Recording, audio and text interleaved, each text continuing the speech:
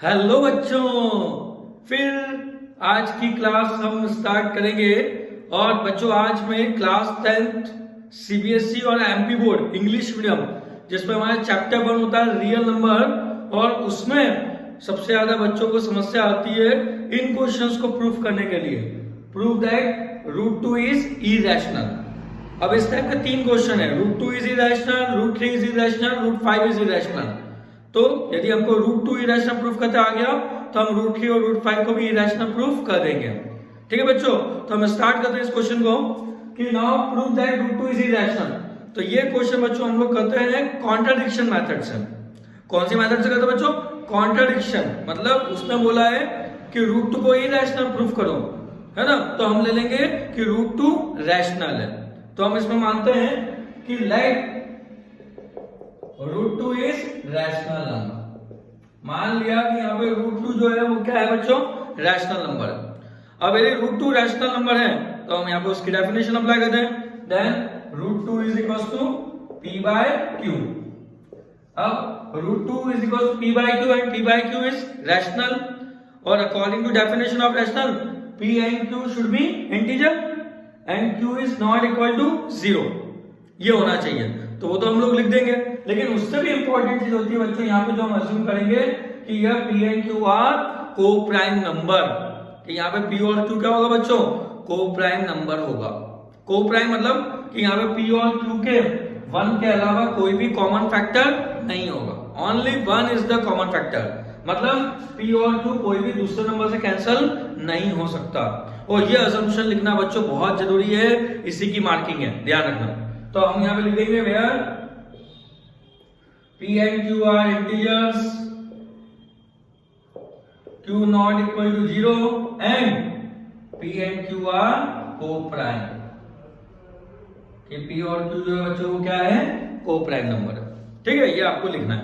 अब देन यहाँ पे root 2 is equal to P by q है, तो हम दोनों तरफ स्क्वायरिंग कर देंगे। स्क्वायरिंग बोथ साइड, दोनों तरफ स्क्वायरिंग कर दी बच्चों आपने।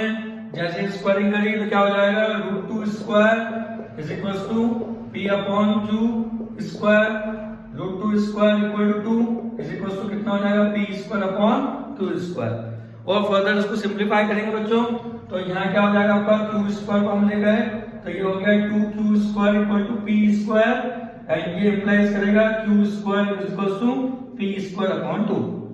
तो यहाँ पे भी थ्योरम अप्लाई हो जाएगी कि if prime number divides the square of any number then that prime number divide that number itself.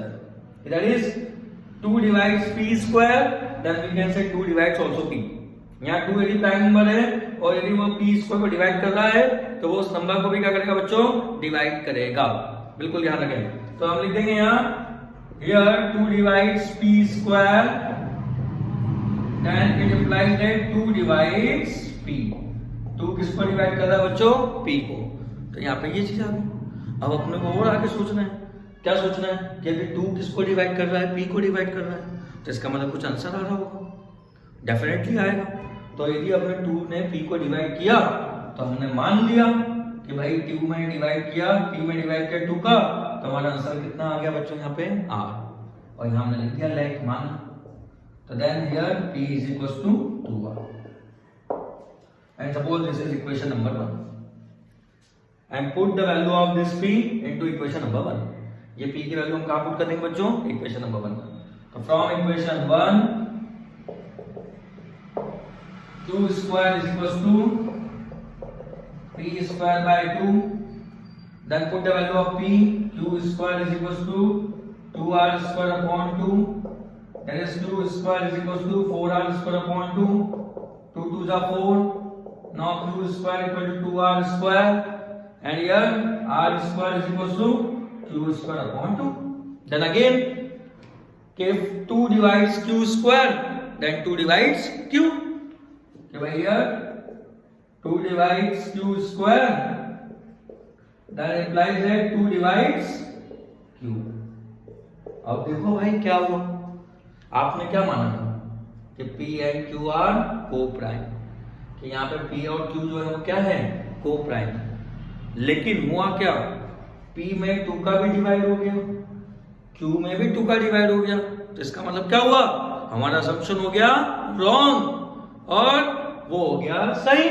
अब हम गलत तो वो सही। तो इसका मतलब क्या हुआ कि 2 ने p को भी डिवाइड किया, 2 ने q को भी डिवाइड किया, तो p और q का कॉमन फैक्टर क्या आ गया 2। इसका मतलब आपका असम्पशन क्या हो गया रॉन्ग। तो हम लिख देंगे here p and q have common factor 2, so our assumption is wrong। और भाई हम हो गए गलत तो वो हो गया सही। तो then it implies √2 is irrational। Okay बच्चों, तो सेम मेथड आप अप्लाई करेंगे। √3 is irrational, √5 is irrational, same method apply होगी और आपका √2, √3, √5 इरेशनल प्रूव हो गया, क्वेश्चन आ गया और आप एग्जाम में करके आ गए। ठीक है बच्चों, फिर नेक्स्ट क्वेश्चन देखते हैं नेक्स्ट वीडियो में।